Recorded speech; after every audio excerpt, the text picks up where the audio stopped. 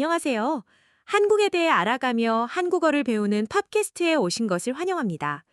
이 팟캐스트는 한국 문화와 사회를 통해 한국어를 자연스럽게 배울 수 있도록 도와드립니다. 안녕하세요. 팟캐스트를 듣는 방법을 알려드릴게요. 처음에는 이해가 안 되어도 흘려들으세요. 그 다음에 여러분의 언어로 된 번역 자막을 보면서 들어보세요. 마지막으로 모르는 단어와 표현을 정리하며 들어보면 한국어 실력이 많이 향상될 거예요. 맞아요. 천천히 들으면서 익숙해지시면 돼요. 오늘 주제는 한국의 정치입니다. 한국의 정당들과 그들이 하는 일에 대해 알아보겠습니다. 네, 좋은 주제네요. 시작하기 전에 간단한 퀴즈를 하나 내볼게요. 한국에서 가장 큰 두 정당은 무엇일까요? A. 더불어민주당과 국민의힘, B. 정의당과 진보당, C. 기본소득당과 개혁신당. 어려운 문제네요. 정답은 나중에 알려드릴게요. 오늘 한국 정치에 대해 배우면 한국 뉴스를 더 잘 이해할 수 있을 거예요. 한국 사람들과 정치 이야기를 할 때도 도움이 될 거고요. 네, 한국 정치를 알면 한국 사회를 더 깊이 이해할 수 있어요. 정말 흥미로운 내용들이 많답니다. 먼저 한국의 정당 시스템에 대해 알아볼까요? 한국에는 몇 개의 정당이 있나요? 한국에는 많은 정당이 있어요. 큰 정당부터 작은 정당까지 다양해요. 한국 헌법에서는 정당을 만들 자유를 보장해요. 그래서 여러 정당이 함께 존재할 수 있죠. 외국인들은 한국에 정당이 몇 개 없다고 생각하기 쉬운데 사실은 다양한 정당이 있군요. 맞아요. 실제로는 더불어민주당, 국민의힘, 정의당, 진보당, 기본소득당, 조국혁신당, 사회민주당, 개혁신당 등 정말 많은 정당이 있어요. 각각 다른 생각을 가지고 있죠. 그럼 주요 정당들을 자세히 알아볼까요? 네, 좋아요. 먼저 더불어민주당부터 설명해 드릴게요.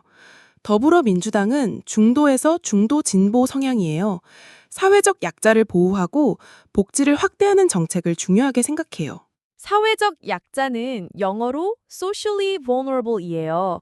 돈이 많지 않거나 힘이 없는 사람들을 말해요. 예를 들어 장애인, 노인, 아이들 같은 사람들이에요. 국민의힘은 중도에서 보수 성향이에요. 시장 경제를 중요하게 생각하고 안보를 강조해요. 시장 경제는 영어로 market economy예요. 정부가 많이 간섭하지 않고 시장에서 자유롭게 경제 활동을 하는 시스템이에요. 정의당은 진보 성향이에요. 노동자와 인권, 환경을 중요하게 생각해요. 사회 개혁을 많이 주장하죠. 사회 개혁은 영어로 social reform이에요. 사회를 더 좋게 바꾸는 것을 말해요. 진보당도 진보 성향이에요. 사회적 평등과 노동자 권익을 강조해요. 기본소득당은 어떤 정당인가요? 기본소득당은 특별한 정당이에요. 기본소득 도입을 주장해요. 기본소득은 모든 국민에게 조건 없이 돈을 주는 시스템이에요. 조국혁신당과 다른 정당들은 어떤가요? 조국혁신당은 진보 성향이고 개혁적 이슈를 중심으로 활동해요. 사회민주당은 중도 진보 성향이고 사회적 연대와 복지를 강조해요. 개혁신당은 중도 성향이고 정치 개혁과 미래지향적 정책을 중요하게 생각해요.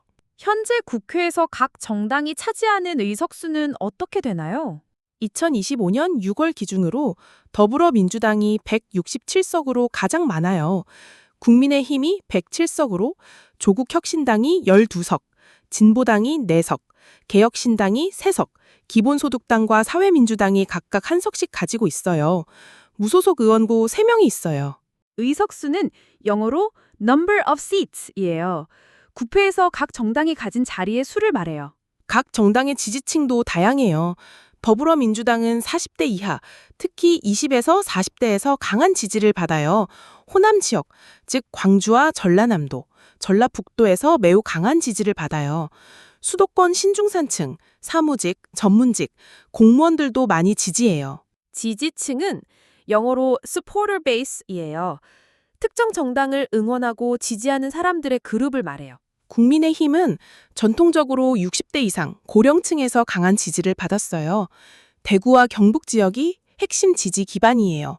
자영업자, 블루칼라, 주부, 저소득층이 주요 지지층이에요. 각 정당의 대표적인 정책은 무엇인가요? 더불어민주당은 복지 확대를 중요하게 생각해요. 의료, 교육, 주거 등 사회적 안전망을 강화하려고 해요. 기회평등, 청년 일자리, 사회적 약자 지원도 중요한 정책이에요. 기후변화 대응과 노동권 강화도 강조해요. 국민의힘은 어떤 정책을 중요하게 생각하나요? 국민의힘은 경제 활성화를 중요하게 생각해요. 규제를 완화하고 신산업과 신기술을 육성하려고 해요. 기업하기 좋은 환경을 만들고자 해요. 디지털 전환 및 미래 성장 엔진 확보도 중요한 정책이에요. 세제 개혁과 지방 분권도 강조해요. 규제 완화는 영어로 deregulation이에요. 정부가 만든 규칙을 줄여서 기업이나 인간이 더 자유롭게 활동할 수 있게 하는 것이에요. 정의당은 노동권 강화를 가장 중요하게 생각해요. 5인 미만 사업장에도 근로기정법을 적용하고 특수고용 노동자의 노동 3권을 보장하려고 해요. 주 35시간제 도입 등 비정규직 차별 금지 등을 주장하죠. 진보당과 기본소득당은 어떤 정책을 중요하게 생각하나요? 진보당은 사회개혁을 중요하게 생각해요. 정치적, 사회적 개혁을 통해 사회 정의를 실현하려고 해요. 노동자 권리 강화와 사회적 평등을 추구해요. 기본소득당은 이름에서 알 수 있듯이 기본소득 도입을 가장 중요하게 생각해요. 모든 국민에게 조건 없이 정기적으로 현금을 지급하는 시스템을 만들려고 해요. 오늘 한국의 정치에 대해 많은 것을 배웠는데요. 정리해볼까요? 네, 좋아요. 한국에는 더불어민주당, 국민의힘 등 다양한 정당들이 있어요. 각 정당은 서로 다른 성향과 정책을 가지고 있어요. 정당들은 국민의 이익을 대변하고 정책을 개발하고 선거에서 후보자를 추천하는 등 중요한 역할을 해요. 하지만 당내 민주주의 부족, 국민 불신 등의 문제도 있어요. 이제 처음에는 퀴즈의 정답을 알려드릴게요. 한국에서 가장 큰 두 정당은 무엇일까요? 정답은 A. 더불어민주당과 국민의힘입니다. 더불어민주당이 167석, 국민의힘이 107석으로 가장 많은 의석을 가지고 있어요. 맞아요. 이 두 정당이 현재 한국 정치의 중심이에요. 오늘 배운 어려운 단어 중에서 한 가지를 더 설명해 드릴게요. 바로 헌법이에요. 영어로는 constitution이에요. 헌법은 나라의 가장 기본적인 법이에요. 예를 들어 한국 헌법은 정당 설립의 자유를 보장한다 라고 할 수 있어요. 오늘 내용과 관련해서 여러분이 관심을 가질 만한 주제가 있어요. 여러분 나라의 정당 시스템과 한국의 정당 시스템은 어떤 점에서 비슷하고 다른가요? 여러분의 의견을 댓글에 남겨주세요. 네, 정말 흥미로운 주제네요. 각 나라마다 다른 정치 시스템을 가지고 있으니까요. 오늘 내용이 도움이 되었다면 구독, 좋아요, 알림 설정을 해주세요. 궁금한 점이나 달았으면 하는 주제가 있으면 댓글에 남겨주세요. 다음에도 더 흥미로운 주제로 찾아뵐게요. 안녕히 계세요.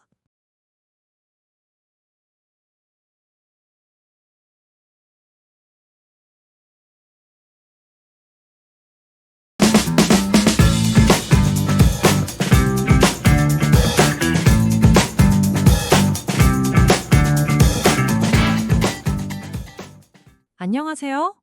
한국에 대해 알아가며 한국어를 배우는 팟캐스트에 오신 것을 환영합니다. 안녕하세요. 오늘도 한국의 문화와 사회에 대해 재미있게 이야기해 보겠습니다. 팟캐스트를 듣는 방법을 먼저 알려드릴게요. 처음에는 이해가 안 되어도 그냥 흘려들어 보세요.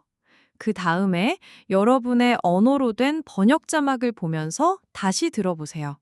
마지막으로 모르는 단어와 표현을 정리하며 들어보면 한국어 실력이 많이 향상될 거예요. 좋은 방법이네요. 오늘은 어떤 주제로 이야기할까요? 오늘은 한국의 교육 시스템에 대해 이야기해 보려고 합니다. 한국 학생들이 어떻게 공부하는지, 학교는 어떤 모습인지 궁금하지 않나요? 본격적으로 시작하기 전에 간단한 퀴즈를 하나 내볼게요. 한국의 초등학교는 몇 년 과정일까요? 1번 5년, 2번 6년, 3번 7년. 정답은 나중에 알려드릴게요. 오늘 내용에 정답이 있으니 잘 듣고 맞춰주세요. 그럼 본격적으로 시작해 볼까요? 한국의 교육 시스템은 어떤 특징이 있나요? 한국의 교육 시스템은 6334 학제라고 불러요. 이게 무슨 뜻인지 설명해 드릴게요. 초등학교 6년, 중학교 3년, 고등학교 3년, 대학교 4년을 말해요. 그럼 어린 아이들부터 차근차근 설명해 주세요. 유치원은 어떤가요? 유치원은 만 3세부터 5세까지 다녀요. 여기서 만은 actual age란 뜻이에요. 한국에서는 나이를 말할 때 두 가지 방법이 있거든요. 만 나이와 한국 나이가 있어요. 만 나이는 실제 태어난 날부터 계산하는 나이예요. 유치원에서는 뭘 배우나요? 유치원에서는 5가지 영역을 배워요. 신체 운동과 건강, 의사소통, 사회관계, 예술 경험, 자연 탐구예요. 쉽게 말하면 몸을 움직이고 말하는 방법을 배우고 친구들과 어울리고 그림을 그리고 노래하고 주변 세상을 탐험하는 거예요. 그럼 이제 초등학교에 대해 이야기해 볼까요? 초등학교는 만 6세부터 시작해요. 한국 나이로는 8세예요. 총 6년 동안 다니고 1학년부터 6학년까지 있어요. 초등학교는 의무 교육이에요. 의무 교육이 뭔가요? 의무 교육은 compulsory education이에요. 모든 아이가 반드시 가야 하는 교육이라는 뜻이에요. 그리고 돈을 내지 않아도 돼요. 무상교육이거든요. 초등학교에서는 어떤 과목을 배우나요? 국어, 수학, 사회, 과학, 영어, 그리고 예체능 과목을 배워요. 예체능은 Arts and Physical Education이에요. 음악, 미술, 체육 같은 과목들이에요. 중학교는 어떤가요? 중학교는 초등학교를 졸업한 후 3년 동안 다녀요. 만 12세부터 15세까지 학생들이 다녀요. 중학교에서는 뭐가 달라지나요? 중학교부터는 과목별 교사제가 시작돼요. 각 과목마다 다른 선생님이 가르치는 거예요. 그리고 공부 내용도 더 깊어져요. 고등학교는 어떤가요? 고등학교는 중학교를 졸업한 후 3년 동안 다녀요. 만 15세부터 18세까지 학생들이 다녀요. 참고로 고등학교에는 여러 종류가 있어요. 어떤 종류가 있나요? 일반고, 특성화고, 특목고, 자율고가 있어요. 일반고는 General High School이에요. 대부분의 학생들이 다니는 일반적인 고등학교예요. 특성화고는 Specialized Vocational High School이에요. 특별한 기술을 배우는 학교예요. 특목고와 자율고는 뭔가요? 특목고는 Special Purpose High School이에요. 외국어나 과학, 예술 같은 특별한 분야를 집중적으로 배우는 학교예요. 자율고는 Autonomous High School이에요. 학교가 자유롭게 교육과정을 만들 수 있는 학교예요. 고등학교 졸업 후에는 어떻게 되나요?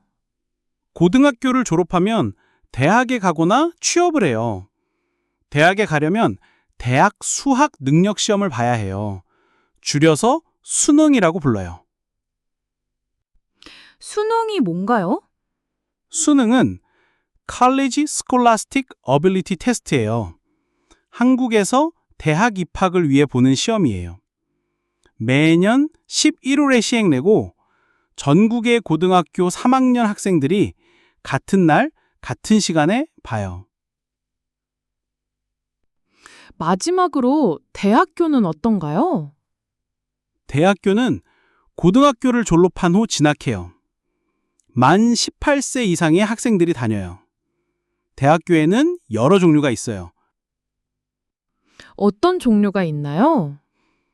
4년제 대학, 2년제나 3년제 전문대학, 원격대학이 있어요.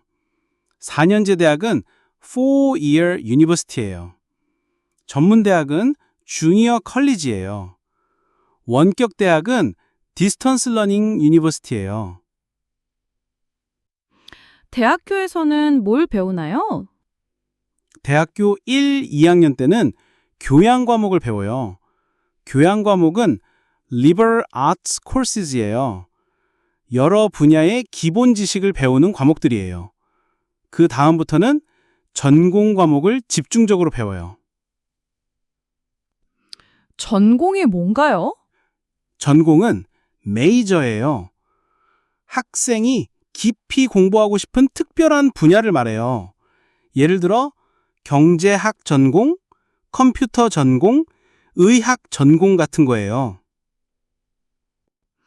대학교에서는 어떤 학위를 받을 수 있나요?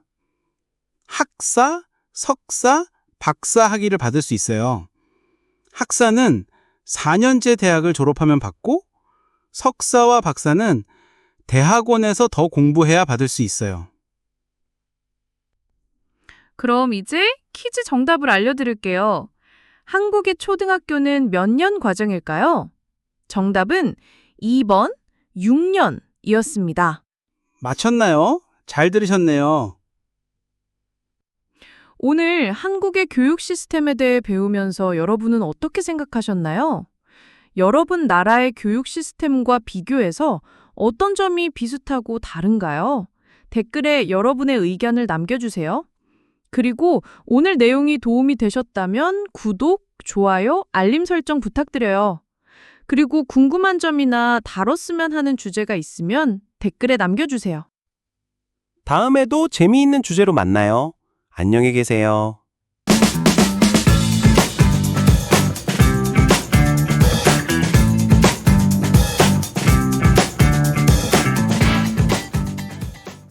안녕하세요. 한국에 대해 알아가며 한국어를 배우는 팟캐스트에 오신 것을 환영합니다. 이 팟캐스트를 들을 때는 처음에는 이해가 안 되어도 그냥 흘려 들으세요. 그 다음에 여러분의 언어로 된 번역 자막을 보면서 듣고 마지막으로 모르는 단어와 표현을 정리하며 들어보세요. 그러면 한국어 실력이 많이 향상될 거예요. 네, 맞아요. 오늘은 정말 흥미로운 주제를 준비했어요. 안녕하세요. 오늘은 한국의 대학 생활에 대해 이야기해 볼 거예요. 먼저 간단한 퀴즈부터 시작해 볼까요? 좋은 생각이에요. 한국 대학은 1년에 몇 학기로 나누어져 있을까요? 1번 1학기, 2번 2학기, 3번 3학기, 4번 4학기. 정답은 나중에 알려드릴게요. 이 퀴즈의 답을 알면 한국 대학생들의 1년 계획을 이해할 수 있어요. 맞아요. 오늘 내용을 들으시면 한국 대학 생활 및 문화를 알 수 있어요. 그리고 만약 여러분이 한국 대학에 가게 된다면 미리 준비할 수 있을 거예요. 정말 흥미로운 이야기들이 많으니까 끝까지 들어주세요. 먼저 한국 대학 생활은 어떤 특징이 있나요? 한국의 대학 생활은 4가지 키워드로 설명할 수 있어요. 학업, 다양한 활동, 자유와 책임, 그리고 미래 준비예요. 예를 들어 한국 대학생들은 공부도 열심히 하지만 동아리 활동도 매우 활발해요. 외국인들은 한국 대학생들이 하루 종일 공부만 한다고 생각하는 경우가 많은데요. 그렇지는 않아요. 물론 공부를 열심히 하지만 축제나 MT 같은 행사 때는 정말 신나게 즐겨요. 학업과 여가의 균형을 잘 맞춰요. 한국 대학의 학사 일정은 어떻게 되나요? 한국 대학은 1년에 2학기로 나누어져 있어요. 첫 번째 학기는 3월부터 6월까지, 두 번째 학기는 9월부터 12월까지예요. 그리고 여름방학은 7월과 8월, 겨울방학은 2월과 3월이에요. 수업 시간은 어떤가요? 한 번의 수업은 최대 3시간까지 할 수 있어요. 그리고 저녁 늦게까지 수업이 있는 경우도 많아요. 도서관은 시험 기간에 24시간 열어요. 학생들의 공부를 도와주려고 해요. 24시간이요? 정말 놀라워요. 네, 한국 학생들은 시험 기간에 정말 열심히 공부해요. 그리고 개인 발표와 팀 프로젝트가 많아요. 그래서 발표를 잘하는 능력과 다른 사람과 협력하는 능력이 중요해요. 한국 대학 생활에서 특별한 점이 또 있나요? 네, 휴학이 매우 일반적이에요. 휴학은 taking a break from university 라는 뜻이에요. 학교를 잠시 쉬는 것을 말해요. 어학연수를 가거나 인턴을 하거나 남학생의 경우 군대에 가거나 아르바이트를 위해서 휴학을 해요. 휴학을 할 때도 돈을 내야 하나요? 아니요. 휴학 기간에는 수업료를 내지 않아요. 그래서 학생들이 부담 없이 휴학을 할 수 있어요. 대학 생활에서 자유는 어떤가요? 한국 대학 생활의 큰 특징은 자유와 책임이에요. 고등학교 때보다 간섭이 적어요. 스스로 시간과 목표를 관리해야 해요. 그래서 해방감을 느끼기도 하지만 자기 관리가 정말 중요해요. 대학 캠퍼스에는 어떤 시설들이 있나요? 기본 시설로는 식당, 도서관, 편의점, 카페, 복사실, 헬스장 등이 있어요. 한국 대학마다 정말 멋진 카페들이 많아요. 학생들이 커피를 마시면서 공부하거나 친구들과 이야기할 수 있어요. 학생들은 어디에서 살아요? 주로 부모님과 함께 살아요. 하지만 부모님 집과 학교가 먼 경우에는 기숙사, 학교 근처 원룸, 하숙 등을 이용해요. 기숙사는 dormitory라는 뜻으로 학교에서 제공하는 학생 숙소예요. 기숙사에는 규칙이 있어요. 남자와 여자가 분리되어 있고 통금도 있어요. 통금이 뭔가요? 통금은 curfew예요. 밤 늦은 시간 이후에는 기숙사에 들어갈 수 없다는 규칙이에요. 보통 밤 11시나 12시 이후에는 출입이 제한돼요. 한국 대학생들의 동아리 활동은 어떤가요? 동아리 활동이 정말 활발해요. 스포츠, 음악, 봉사, 언어 교환 등 정말 다양한 동아리가 있어요. 그리고 MT라는 특별한 활동이 있어요. MT가 뭔가요? MT는 멤버십 트레이닝의 준말이에요. 학과나 동아리에서 1박 2일 또는 2박 3일 동안 여행을 가요. 게임도 하고 팀워크도 기르고 함께 시간을 보내면서 친해져요. 정말 재미있을 것 같은데요. 그런데 과잠이라는 것도 있다고 들었는데요. 네, 맞아요. 과잠은 정말 특별한 한국 대학 문화예요. 과잠은 학과명이 새겨진 야구 점퍼예요. 소속감과 자부심을 나타내는 상징이에요. 특히 1학년 학생들에게 인기가 많아요. 모든 학생이 과잠을 입나요? 아니요, 선택이에요. 하지만 많은 학생들이 입어요. 학교와 학과를 자랑스럽게 생각한다는 의미예요. 하지만 어떤 사람들은 이것이 학벌주의를 보여준다고 생각하기도 해요. 한국 대학생들은 카페를 정말 좋아한다고 들었는데요. 네, 맞아요. 카페 문화가 정말 발달했어요. 학생들이 음료를 들고 수업에 참여하는 모습을 자주 볼 수 있어요. 대학가 주변에는 저렴한 테이크아웃 카페가 정말 많아요. 한국 대학생들은 외모에도 신경을 많이 쓰나요? 네, 외모와 자기 관리에 신경 쓰는 학생들이 많아요. 그래서 캠퍼스 내에 거울이 많이 있고 칼라 컨택트 렌즈를 파는 곳도 있어요. 선배와 후배 문화는 어떤가요? 선배 후배 문화가 뚜렷해요. 후배는 선배에게 예의를 갖추고 선배는 후배를 챙겨주는 전통이 있어요. 처음에는 낯설 수 있지만 선배들이 많이 도와줘서 금방 적응할 수 있어요. 대학 축제는 어떤가요? 대학 축제는 정말 특별해요. 유명한 가수와 아이돌이 캠퍼스에 와서 공연해요. 다양한 부스와 맛있는 음식, 재미있는 게임들이 준비돼요. 외국인 학생들에게 조언이 있다면요. 한국어를 미리 공부하면 적응에 큰 도움이 돼요. 처음에는 친구 사귀기가 쉽지 않을 수 있지만 동아리나 언어 교환, 행사 등을 적극 활용하면 좋은 친구들을 많이 사귈 수 있어요. 한국 대학 생활의 가장 큰 매력은 뭘까요? 학업과 인간관계, 다양한 문화 체험이 어우러진 역동적인 경험이에요. 한 학생이 이렇게 말했어요. 중고등학교 때는 누군가의 의지에 따라 공부했다면 대학에서는 자신의 의지로 공부를 해야 하는 새 삶의 시작점이다. 정말 자율성과 자기주도성을 키우는 중요한 시기예요. 오늘 한국의 대학 생활에 대해 알아봤어요. 한국 대학은 1년에 2학기로 나누어져 있고 학업뿐만 아니라 동아리 활동, MT, 축제 등 다양한 활동이 있어요. 그리고 과잠 문화, 카페 문화, 선배 후배 문화 등 독특한 특징들이 많아요. 네. 그리고 자유와 책임이 강조되는 곳이기도 해요. 이제 퀴즈 정답을 발표할게요. 한국 대학은 1년에 두 학기로 나누어져 있어요. 정답은 2번이었어요. 맞췄나요? 오늘 배운 단어 중에서 어려운 단어 2개를 더 설명해 드릴게요. 첫 번째는 소속감이에요. 영어로는 sense of belonging 이에요. 어떤 그룹에 속해 있다는 느낌을 말해요. 예를 들어, 과잠을 입으면 우리 학과에 대한 소속감이 생겨요. 두 번째는 자율성이에요. 영어로는 autonomy예요. 스스로 결정하고 행동할 수 있는 능력을 말해요. 예를 들어 대학 생활에서는 자율성이 정말 중요해요. 오늘 내용과 관련해서 궁금한 점이 있으실 거예요. 혹시 여러분 나라의 대학 생활과 한국 대학 생활은 어떤 차이가 있을까요?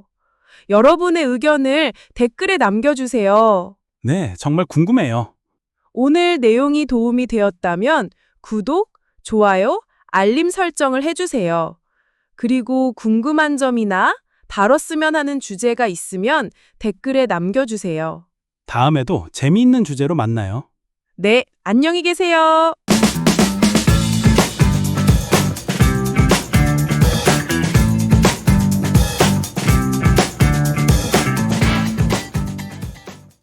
안녕하세요.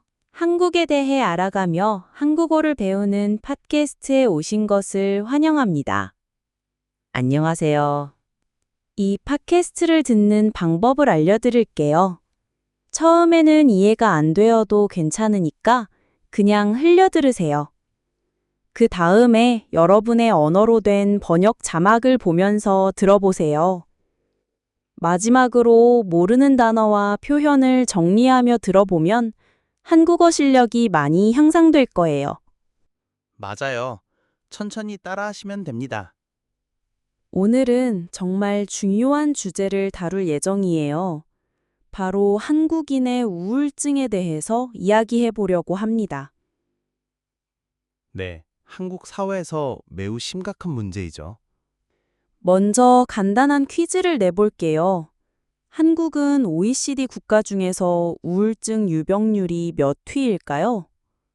1위, 5위, 3위. 정답은 나중에 알려드릴게요. 네. 그리고 오늘 이 내용을 배우면 한국 사회를 더 깊이 이해할 수 있을 거예요. 한국 사람들이 어떤 어려움을 겪고 있는지, 왜 이런 문제가 생겼는지 알 수 있어요. 맞습니다. 한국어를 배우는 것뿐만 아니라 한국 문화와 사회를 이해하는 데도 도움이 될 거예요. 그럼 시작해 볼까요? 먼저 기본적인 것부터 물어보고 싶어요. 한국의 우울증 상황이 어떤가요? 한국의 우울증 상황은 정말 심각해요. 한국은 OECD 국가 중에서 우울증 유병률이 1위예요. 유병률은 영어로 prevalence라고 하는데 질병에 걸린 사람의 비율을 말해요. 1이라니 정말 놀라워요. 구체적으로 어느 정도인가요? 한국인의 우울증 경험률은 36.8%예요. 이건 한국 사람 10명 중에 4명이 우울증이나 우울감을 경험한다는 뜻이에요. 10명 중 4명이요? 정말 많네요. 다른 나라와 비교하면 어떤가요? 스웨덴이 30%, 멕시코와 호주가 27.6%, 미국이 23.5%예요. 한국이 훨씬 높죠. 대부분의 OECD 국가는 10에서 20%대예요. 외국 사람들은 한국이 경제적으로 발전한 나라라고 생각하는데 이런 우울증 문제가 있다는 걸 모르는 사람이 많을 것 같아요. 맞아요. 한국의 경제 발전과 K-팝, K-드라마의 인기 때문에 한국이 행복한 나라라고 생각하는 외국인들이 많아요. 하지만 실제로는 정신건강 문제가 매우 심각해요. 그럼 한국 사람들은 치료를 많이 받나요? 안타깝게도 치료율이 매우 낮아요. 미국 같은 선진국의 치료율은 66%인데 한국은 11%밖에 안 돼요. 11%요? 왜 이렇게 낮은 거죠? 여러 이유가 있어요. 첫 번째는 정신질환에 대한 사회적 오명이 있어요. 오명은 영어로 스티그마라고 하는데 사람들이 정신질환을 부끄러운 것으로 생각한다는 뜻이에요. 그래서 많은 사람들이 치료받는 것을 꺼려해요. 아, 그래서 도움을 요청하지 않는 거군요. 네, 맞아요.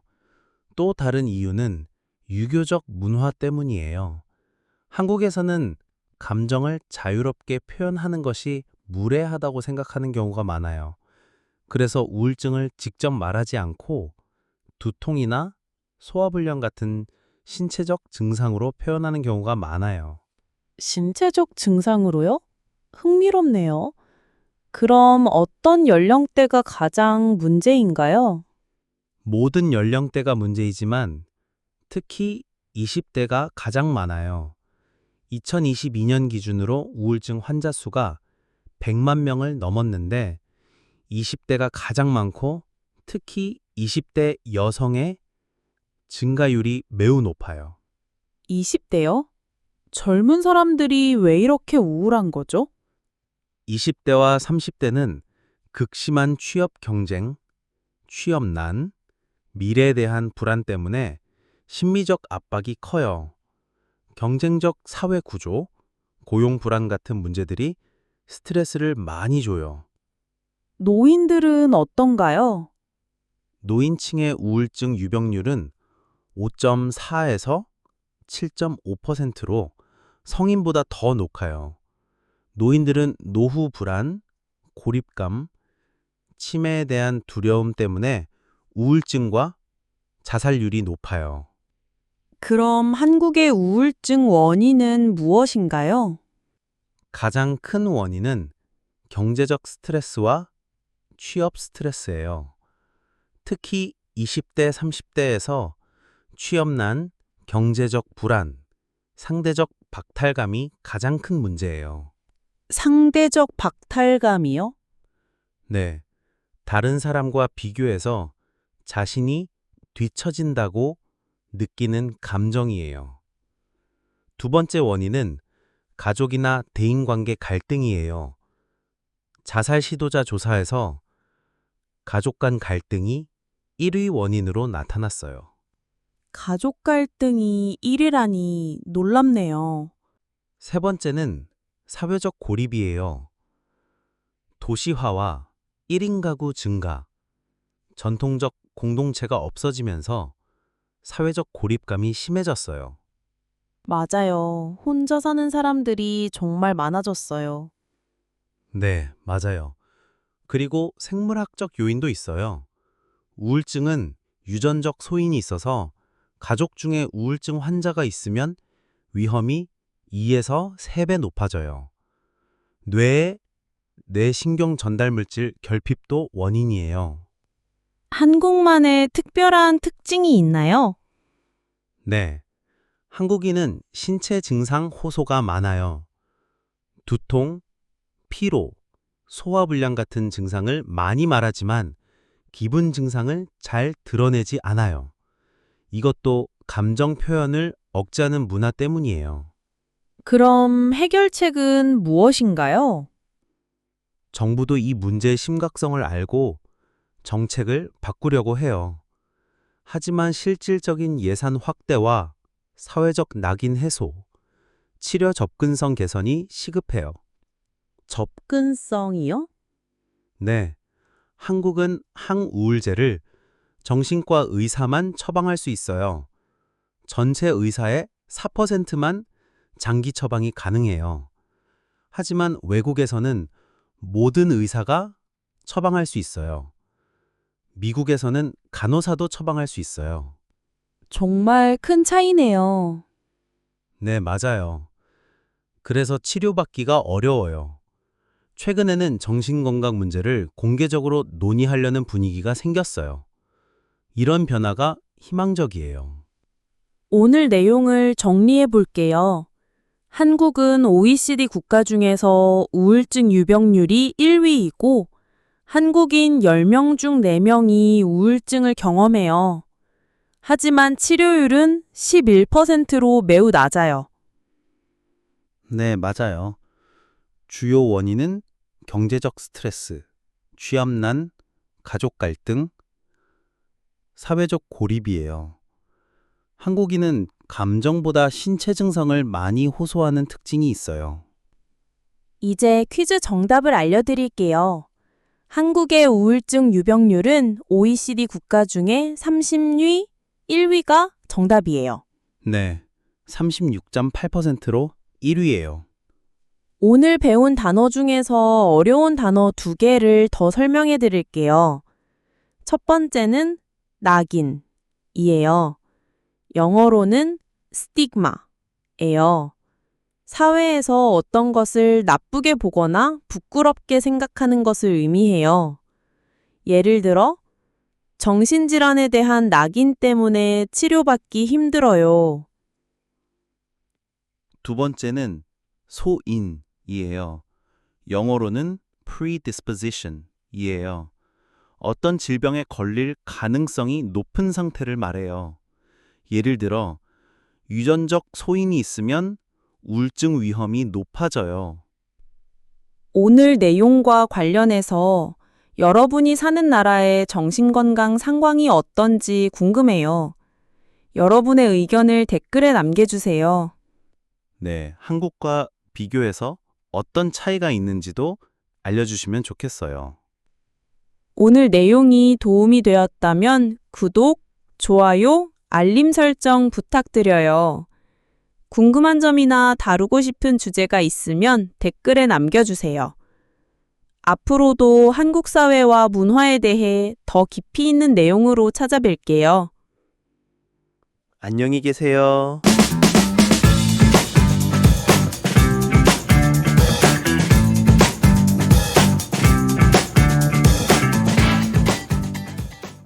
안녕하세요. 한국에 대해 알아가면서 한국어를 배우는 팟캐스트에 오신 것을 환영합니다. 안녕하세요.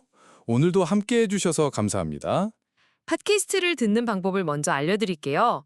처음에는 자막 없이 들어보세요. 이해가 안 되어도 괜찮습니다. 그 다음에 제공해드리는 한국어 자막과 영상 설명에 있는 단어를 참고하며 들어보세요. 세 번째 들을 때는 유튜브 자막 설정에서 여러분 언어를 설정하고 들어보세요. 그리고 마지막으로 다시 한번 자막 없이 들어보세요. 이렇게 하면 한국어 실력이 많이 향상될 거예요. 맞습니다. 같은 내용을 여러 번 들으면서 한국어에 익숙해지는 것이 중요합니다. 오늘은 정말 흥미로운 주제를 준비했어요. 바로 한국의 AI 현주소와 성장 전략입니다. 요즘 AI가 우리 생활에 많이 들어와 있죠? 네, 맞습니다. AI는 이제 우리 일상생활에서 빼놓을 수 없는 기술이 되었어요. 그럼 오늘 주제와 관련된 간단한 퀴즈를 내볼게요. 한국 사람들 중에서 생성형 AI를 사용하고 있는 사람의 비율은 얼마나 될까요? 가 70%, 나 85%, 다 95%, 라 98%. 오, 재밌는 퀴즈네요. 정답은 나중에 알려주시겠죠? 네, 맞습니다. 정답은 마지막에 공개할게요. 오늘 내용을 배우면 한국의 AI 기술 수준이 어느 정도인지 알 수 있고 한국 정부가 어떤 계획을 가지고 있는지도 이해할 수 있어요. 또한 한국의 유명한 AI 회사들도 소개할 예정이에요. 한국이 AI 분야에서 어떤 위치에 있는지 궁금하신 분들이 많을 것 같은데요. 맞습니다. 그럼 지금부터 한국의 AI 이야기를 시작해 볼까요? 먼저 한국의 AI 기술 수준부터 알아볼게요. 한국의 AI 기술은 세계에서 어느 정도 위치해 있나요? 좋은 질문입니다. 2022년 기준으로 한국의 AI 기술 수준은 미국을 100%로 봤을 때 88.95%입니다. 세계에서 네 번째 위치에 있어요. 네 번째라니 꽤 높은 순위네요. 네, 맞습니다. 미국이 1위이고 중국이 92.5%로 2위, 유럽이 92.4%로 3위입니다. 한국은 2018년에 81.6%였는데 4년 동안 7.3%포인트나 올랐어요. 이것은 주요 국가 중에서 가장 빠른 성장이었습니다. 그럼 한국 사람들은 AI를 얼마나 사용하고 있나요? 이것은 정말 놀라운 수치인데요. 2025년 기준으로 한국 사람들의 97%가 생성형 AI를 알고 있고 95%가 이미 생성형 AI를 사용하고 있어요. 와, 정말 많은 사람들이 사용하고 있네요.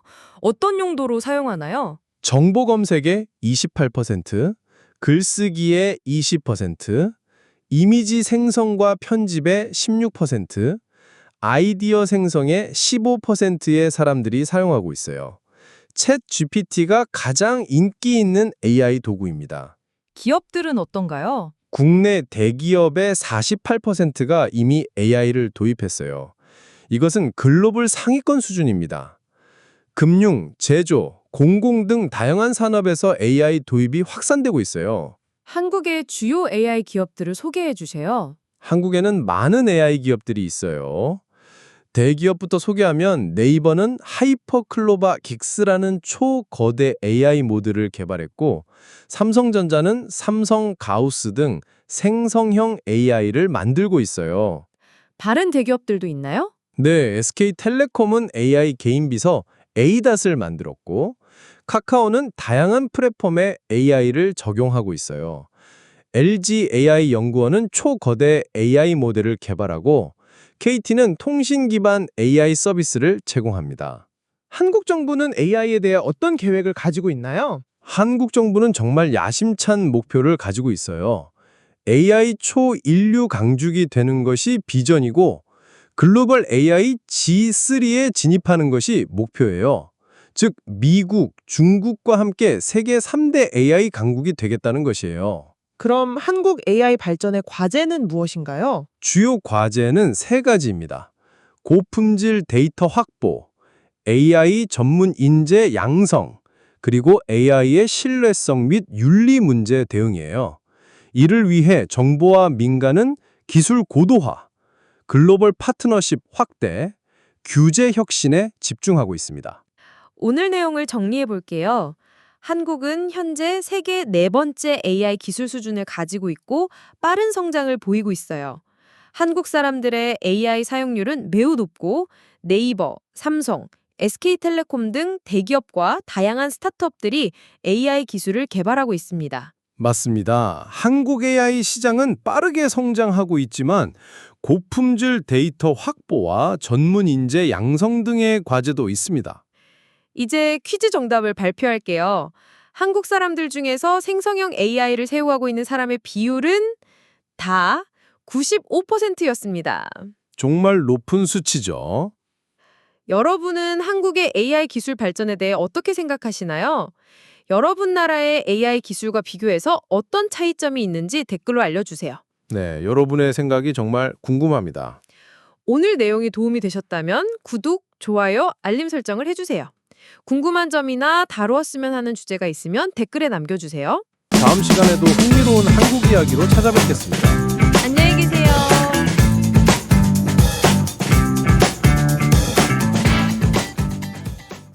안녕하세요. 한국에 대해 알아가며 한국어를 배우는 팟캐스트에 오신 것을 환영합니다. 이 팟캐스트를 듣는 방법을 알려드릴 때요.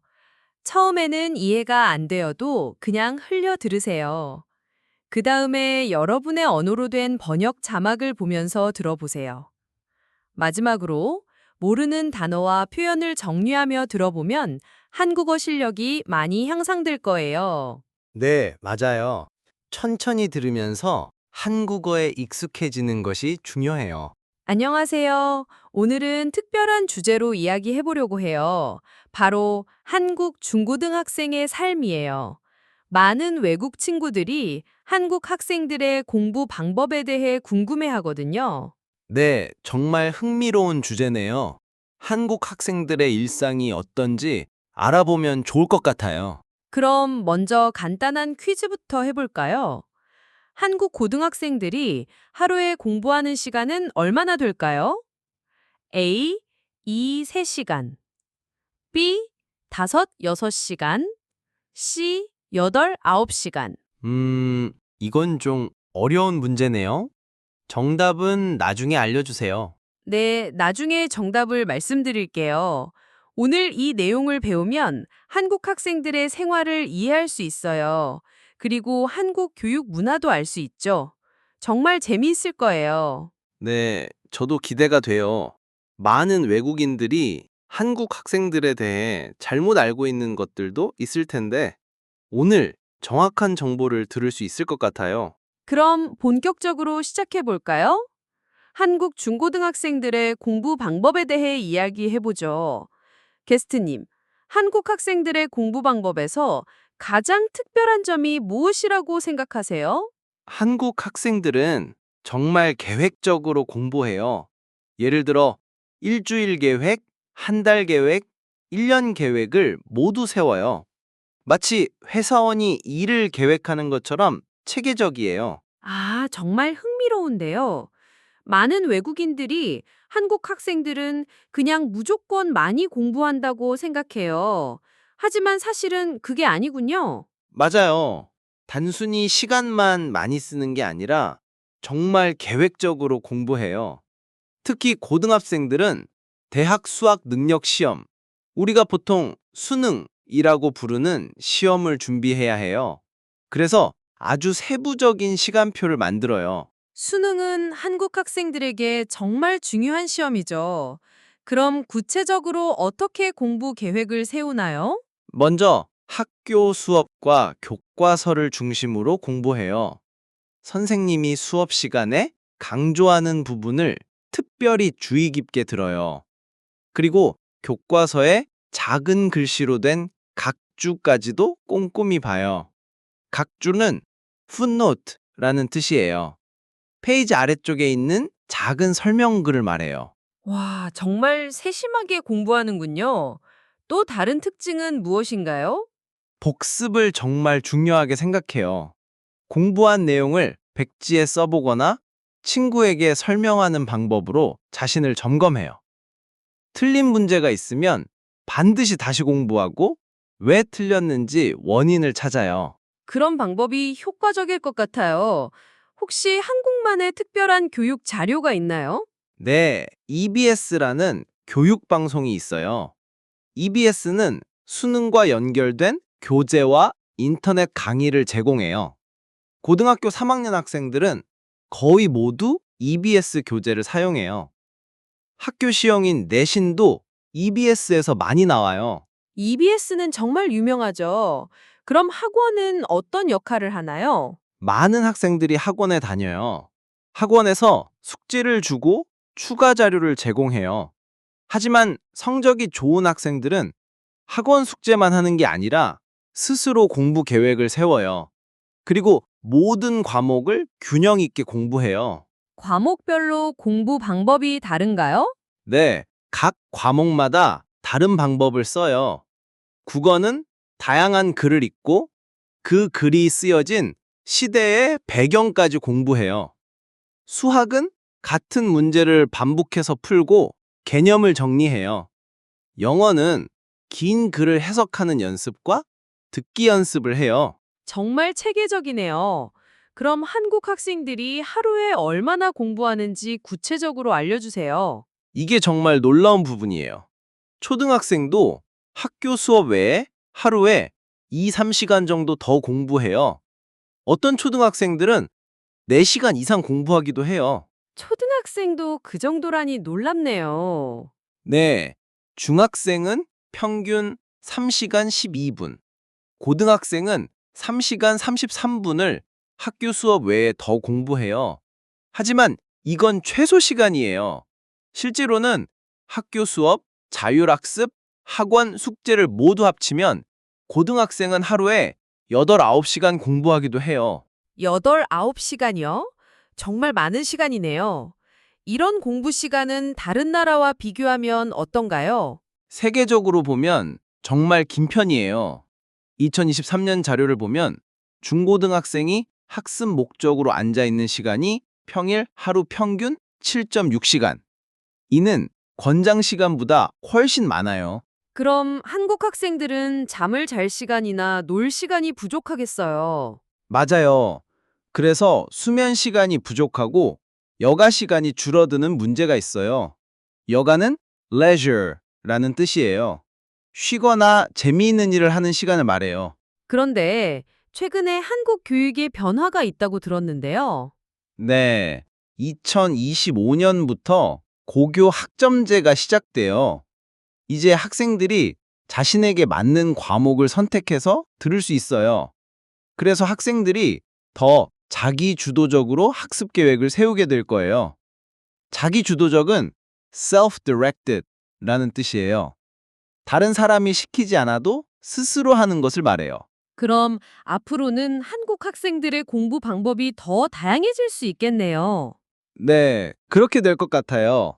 하지만 여전히 체계적인 계획, 학교와 학원 수업, 자기주도적인 복습, EBS 교재 활용, 균형 잡힌 과목 관리 등은 계속 중요할 거예요. 정말 한국 학생들의 노력이 대단하네요. 이런 공부 방법의 장점은 무엇일까요? 체계적으로 공부하는 습관을 기를 수 있어요. 그리고 목표를 세우고 달성하는 능력도 생겨요. 이런 능력은 나중에 직장에서도 도움이 돼요. 반대로 어려운 점도 있을 것 같은데요. 네, 스트레스를 많이 받을 수 있어요. 그리고 다른 활동을 할 시간이 부족해져요. 예를 들어 운동이나 취미 활동을 할 시간이 적어져요. 그럼 한국 학생들이 스트레스를 어떻게 관리하나요? 짧은 시간이지만 친구들과 이야기하거나 좋아하는 음악을 들어요. 어떤 학생들은 주말에 잠깐 영화를 보거나 산책을 하기도 해요. 하지만 이런 시간이 많지는 않아요. 오늘 한국 중고등학생들의 삶에 대해 많은 것을 배웠네요. 정리해보면 한국 학생들은 정말 체계적이고 계획적으로 공부해요. 학교 수업과 교과서를 중심으로 하고 복습과 자기 점검을 중요하게 생각해요. EBS 교재를 활용하고 학원도 다녀요. 과목별로 다른 방법으로 공부하고 모든 과목을 균형 있게 관리해요. 네, 맞아요. 그리고 공부 시간도 정말 길어요.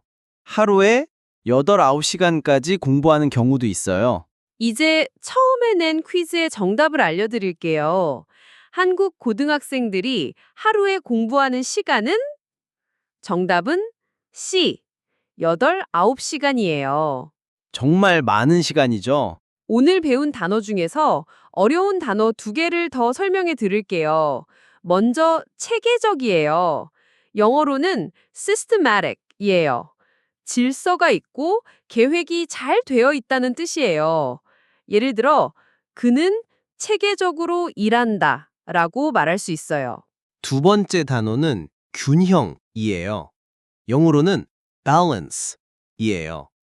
한쪽으로 치우치지 않고 고르다는 뜻이에요. 공부와 휴식의 균형이 중요하다라고 사용할 수 있어요. 오늘 내용과 관련해서 궁금한 것이 있어요. 여러분 나라의 학생들은 어떻게 공부하나요? 한국 학생들과 비슷한가요? 다른가요? 여러분의 의견을 댓글에 남겨주세요. 네, 정말 궁금해요. 각 나라마다 다른 교육 방법이 있을 텐데 비교해보면 재미있을 것 같아요. 오늘 내용이 도움이 되었다면 구독, 좋아요, 알림 설정을 부탁드려요. 그리고 궁금한 점이나 다뤘으면 하는 주제가 있으면 댓글에 남겨주세요. 네, 여러분의 의견을 기다리고 있을게요. 그럼 오늘은 여기서 마무리할게요. 안녕히 계세요. 안녕히 계세요.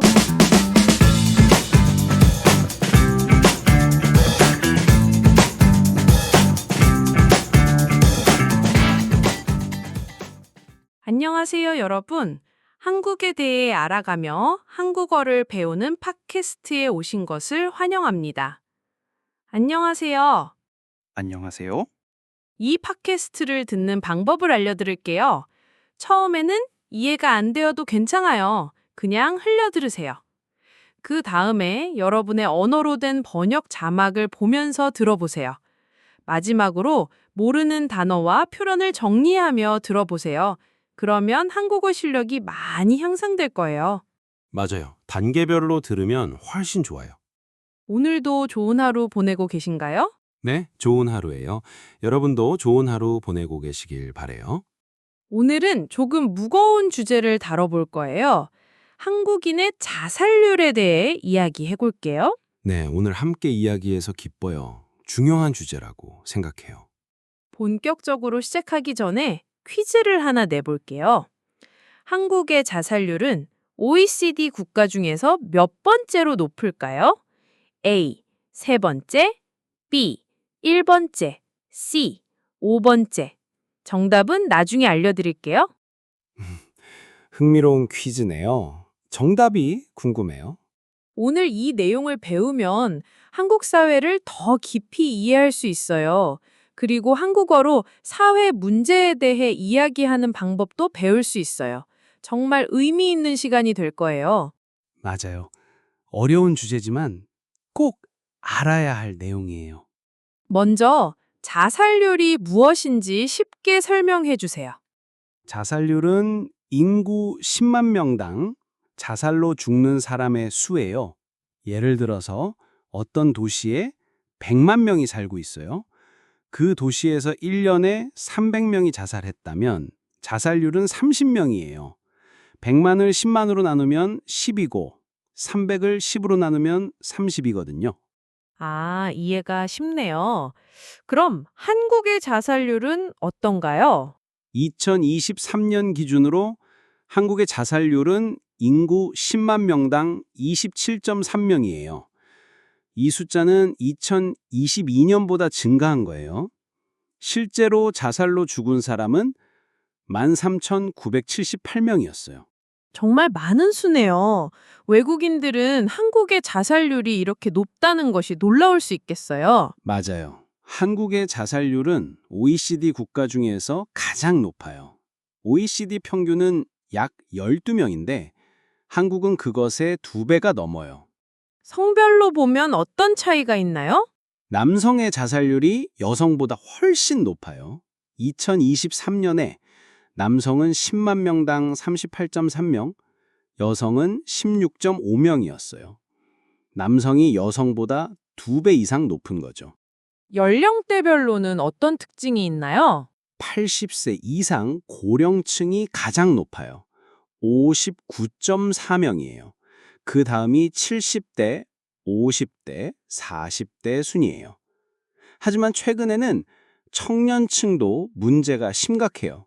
10대부터 30대까지는 자살이 사망 원인 1위예요. 사망 원인 1위라니 정말 충격적이네요. 네, 정말 심각한 문제예요. 10대에서는 우울감과 성적, 진학 문제가 주된 원인이에요.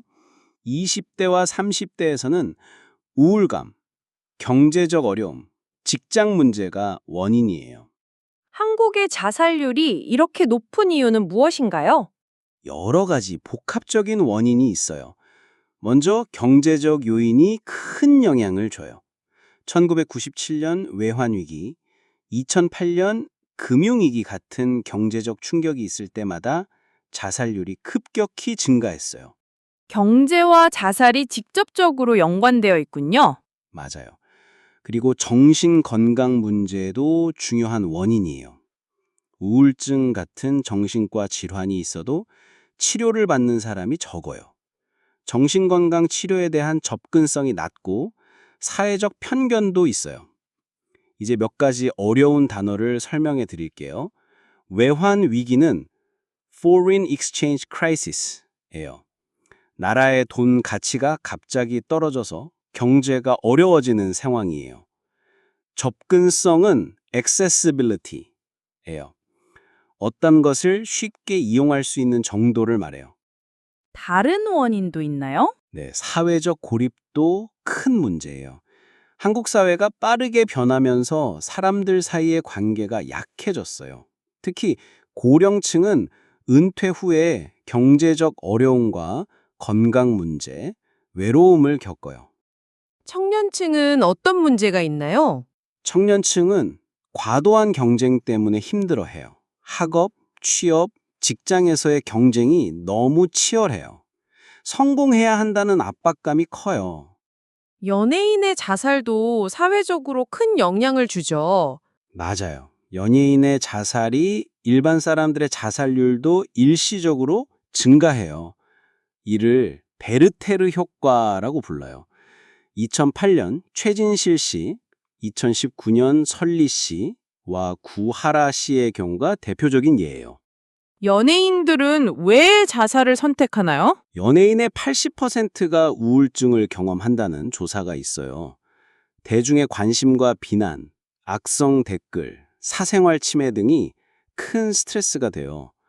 겉으로는 화려해 보이지만 실제로는 외로움과 고립감을 느껴요. 정부는 어떤 노력을 하고 있나요? 정부는 자살 예방 정책을 지속적으로 추진하고 있어요. 사회 안전망을 강화하고 정신건강 서비스를 늘리려고 노력해요. 하지만 아직 갈 길이 멀어요. 이 문제를 해결하려면 어떻게 해야 할까요? 개인의 문제가 아니라 사회 전체의 구조적 문제예요. 경제적 불평등 해결, 정신건강 치료 악세성 향상, 과도한 경쟁 문화 개선이 필요해요. 그리고 사람들 사이의 관계와 소통이 중요해요. 오늘 내용을 정리해 볼까요? 네. 한국의 자살률은 OECD 국가 중에 가장 높아요. 2023년에는 인구 10만 명당 27.3명이었어요. 남성이 여성보다 높고 고령층과 청년층에서 특히 심각해요. 원인도 복잡했죠? 맞아요. 경제적 어려움, 정신건강 문제, 사회적 고립, 과도한 경쟁 등이 주요 원인이에요. 개인의 문제가 아니라 사회 구조의 문제예요. 이제 퀴즈 정답을 발표할게요. 한국의 자살률은 OECD 국가 중에 몇 번째로 높을까요? 정답은 B 1번째예요. 안타까운 일이네요. 오늘 배운 단어 중에서 두 개를 더 설명해 드릴게요. 첫 번째는 편견이에요. 영어로는 prejudice예요. 어떤 것에 대해 미리 가진 좋지 않은 생각이나 판단을 말해요. 예를 들어 정신병원에 가는 사람들에 대한 편견이 있어요. 두 번째는 치열하다예요. 영어로는 fierce 또는 intense예요. 경쟁이나 상황이 매우 격렬하고 심한 것을 말해요. 예를 들어 한국의 대학 입시 경쟁은 정말 치열해요. 오늘 내용과 관련해서 여러분은 어떻게 생각하세요? 한국의 높은 자살률을 낮추려면 어떤 방법이 좋을까요? 여러분의 나라는 어떤 상황인가요? 댓글에 의견을 남겨주세요. 네, 여러분의 다양한 생각이 궁금해요. 마지막으로 오늘 내용이 도움이 되었다면 구독, 좋아요, 알림 설정 부탁드려요. 궁금한 점이나 다뤘으면 하는 주제가 있으면 댓글에 남겨주세요. 네, 여러분의 의견을 기다리고 있어요. 그럼 오늘은 여기서 마무리할 거예요. 안녕히 계세요. 안녕히 계세요.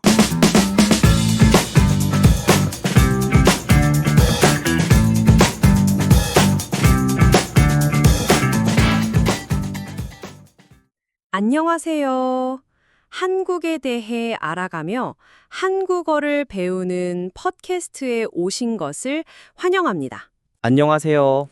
이 팟캐스트를 듣는 방법을 먼저 알려드릴게요. 처음에는 이해가 안 되어도 그냥 흘려 들어보세요. 그 다음에 여러분의 언어로 된 번역 자막을 보면서 들어보세요. 마지막으로 모르는 단어와 표현을 정리하며 들어보시면 한국어 실력이 많이 향상될 거예요. 맞아요. 차근차근 들으시면 분명히 도움이 될 거예요. 오늘은 정말 흥미로운 주제를 가지고 왔어요. 바로 K-팝 스타가 되는 법과 K-팝 스타의 삶에 대해 이야기해 볼 거예요. 요즘 전 세계에서 K-팝이 정말 인기가 많잖아요. 많은 사람들이 궁금해하는 주제인 것 같아요. 맞아요. 그럼 먼저 오늘 주제와 관련된 퀴즈를 하나 내볼게요.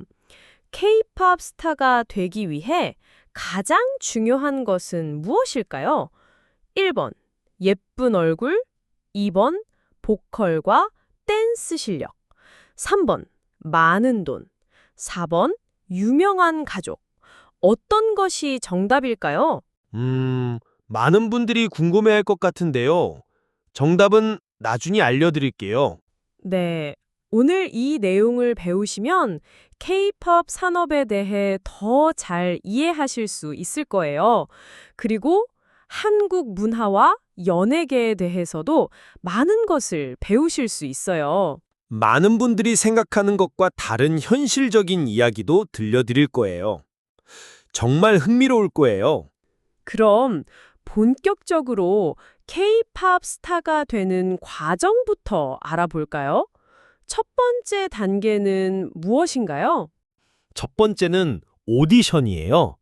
오디션은 어디션이라고 하는데 가수나 연기자가 되기 위해 보는 시험을 말해요. 대부분의 K-팝 스타들은 SM, JYP, HYBE 같은 큰 기획사에서 하는 오디션을 봐요. 오디션을 보려면 어떤 준비를 해야 하나요? 보컬, 댄스, 랩 중에서 자신이 잘하는 것을 보여주는 영상을 만들어야 해요. 요즘에는 틱톡 같은 SNS에 영상을 올리는 방법도 많이 사용해요. 보통 1분 이내로 자기소개와 퍼포먼스를 보여줘야 해요. 1분이면 정말 짧네요. 그럼 두 번째 단계는 무엇인가요? 두 번째는 실력 개발이에요. 노래와 춤을 동시에 잘해야 해요. K-팝 아티스트는 무대에서 라이브로 노래하면서 어려운 춤도 춰야 하거든요. 그래서 보컬과 댄스 모두 꾸준히 연습해야 해요. 외국인 사람들도 K-팝 스타가 될 수 있나요? 네, 가능해요. 하지만 한국어 실력이 필요해요. 자기소개와 기본 회화는 할 수 있어야 해요. 실제로 많은 외국인 연습생들이 한국어 수업을 들어요. 오디션에 합격하면 그 다음에는 어떻게 되나요? 기획사 연습생이 되어요. 연습생은 트레이니라고 하는데 정식으로 데뷔하기 전에 훈련받는 사람을 말해요. 연습생들은 보컬, 댄스, 외국어, 연기, 피트니스 등 다양한 것을 배워요. 연습생 생활은 얼마나 오래 하나요? 사람마다 달라요. 몇 개월부터 몇 년까지 다양해요. 계속 평가를 받고 경쟁해야 해요. 데뷔에 실패할 수도 있어서 정말 힘들어요. 하지만 데뷔에 성공하면 K-팝 스타가 될 수 있어요. 외국인들이 생각하는 것과 다른 점이 있을까요? 많은 외국인들이 K-팝 스타가 되는 것이 쉽다고 생각해요. 하지만 실제로는 정말 어려워요. 연습생이 실제로 데뷔하는 비율이 점점 낮아지고 있어요. 그리고 경제적으로도 부담이 커요. 그럼 이제 K-팝 스타가 된 후의 삶은 어떤지 알아볼까요? K-팝 스타가 된 후에도 여러 가지 어려움이 있어요. 첫 번째는 엄격한 이미지 관리예요. 항상 깨끗한 이미지를 유지해야 하고 연애나 사생활이 대중의 관심을 받아요. 경제적인 부분은 어떤가요? 많은 돈을 벌 수 있나요? 이것도 외국인들이 잘못 생각하는 부분이에요. 연습생 시절에 쓴 돈을 갚아야 해서 데뷔 후 몇 년간 수입이 거의 없는 경우가 많아요. 심지어 빚이 남는 경우도 있어요. 정말 힘들군요. 그럼 성공한 K-팝 스타들은 나중에 어떤 일을 하나요? 성공한 아이돌은 다양한 일을 해요. 솔로 가수, 배우, 예능인, 모델, 사업가 등으로 활동해요. 예를 들어 블랙핑크의 리사는 패션 브랜드 앰베사더도 하고 솔로 아티스트로도 활동해요.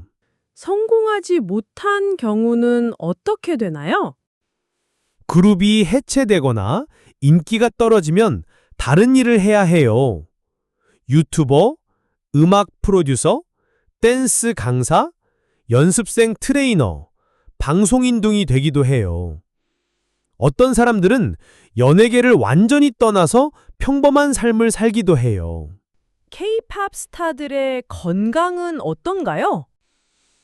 안타깝게도 많은 K-팝 스타들이 정신적, 신체적으로 힘들어해요.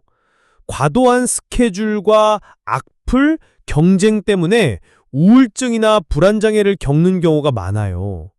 몸도 아픈 경우가 많아요. 그럼에도 불구하고 좋은 점도 있을 것 같은데요. 물론이에요. 성공한 K-팝 스타들은 사회적 영향력을 가져요. 기부나 사회운동에 참여해서 좋은 일을 많이 해요. 새로운 세대의 롤 모델이 되기도 하고요. 데뷔 후에도 경쟁이 계속되나요? 네, 맞아요. 데뷔 후에도 인기가 보장되지 않아요. 생존 경쟁이 계속돼요. 그래서 많은 아이돌들이 서바이벌 프로그램에 나가거나 솔로 활동, 새로운 그룹 결성 등으로 재도전을 해요. 오늘 내용을 정리해 볼까요? K-팝 스타가 되려면 오디션 지원, 실력 개발, 연습생 생활, 데뷔의 단계를 거쳐야 해요. 각 단계마다 치열한 경쟁과 훈련이 필요하고요. 맞아요. 그리고 K-팝 스타가 된 후에도 엄격한 이미지 관리, 경제적인 부담, 건강 문제 등 여러 가지 어려움이 있어요. 하지만 성공하면 다양한 진로와 사회적 영향력을 가질 수 있어요. 그럼 처음에는 퀴즈의 정답을 발표할게요. K-팝 스타가 되기 위해 가장 중요한 것은 2번 보컬과 댄스 실력이었어요. 예쁜 얼굴이나 돈, 유명한 가족보다는 실력이 가장 중요해요. 오늘 배운 단어 중에서 2개를 더 설명해 드릴게요. 첫 번째는 기획사예요. 기획사는 에이전시라고 하는데 가수나 배우를 관리하고 도와주는 회사를 말해요. 예를 들어 그 가수는 유명한 기획사에 소속되어 있어요 라고 사용해요. 두 번째는 데뷔예요. 데뷔는 데뷔라고 하는데 처음으로 무대에 나서는 것을 말해요. 예를 들어 그 그룹은 작년에 데뷔했어요 라고 사용해요. 오늘 내용과 관련해서 궁금한 점이 있어요. 여러분이 좋아하는 K-팝 그룹이 있나요? 그리고 여러분의 나라에서 K-팝이 얼마나 인기가 있는지 댓글에 남겨주세요. 네, 여러분의 의견이 정말 궁금해요.